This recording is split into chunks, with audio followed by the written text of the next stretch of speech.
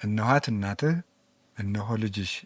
እመቤታችን ቅድስት ድንግል ማርያም ከመስቀሉ ስር ተገኝታ የተቸነከሩ እጆቹንና እግሮቹን እያየች ታለቅስ ነበር።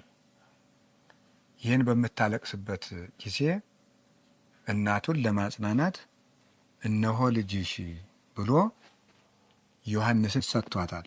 አንደኛው እናት አባትን ማገልገል እስከ ሞት እንኳን ቢሆን መሆን እንዳለበት ሲያስረዳ ነው።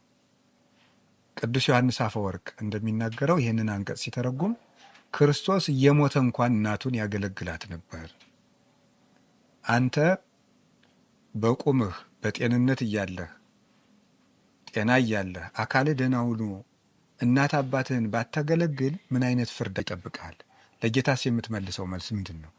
ለእናት የሚደረገው ፍቅር በሞት እንኳን ቢሆን የሚደረግ ነው። ብዙ ጊዜ ሰዎች እናቱን አቃሏታል የሚሉ ሰዎች አሉ። ለእናቱ ቁም ነገር ግድ የማይላቸው ግን ክርስቶስ ስለ እናቱ ግድ ይለዋል። እየሞተ እንኳን የእናቱ ነገር ያሳስበው ነበር።